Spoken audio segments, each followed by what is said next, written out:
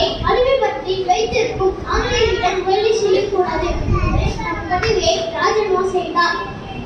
பிள்ளையின் கல்வியை ஆதரித்த நேதாஜி இந்திய தேசிய காங்கிரஸில் சேர்ந்தார். தனது அரசியல் குருவாக தேசபக்தி ஜெகநாதாசை ஏற்றுக்கொண்டார். காந்திஜியை முதலாக தேசத்தந்தை என்று அழைத்தவர் நேதாஜி. கருத்து வேறுபாடு காரணமாக காங்கிரஸிலிருந்து பிரிந்து அகில இந்திய காங்கிரஸ் கட்சியை ஆரம்பித்தார். இந்தியாவில் முதல் தேசிய ராணுவ படையை உருவாக்கி ஆங்கிலேயரை எதிர்த்து போராடினார். பெண்களுக்கு என கேப்டன் லட்சுமி தலைமையில் ஜான்சி ராணி படையை உருவாக்கினார். வன்முறை என்பது மோசமானதா, அளவிட மோசமானது அடிமைத்தனம் என்றார். ஜெயின் என்ற சொல்லை முதலாக சொன்னவர் நேதாஜி.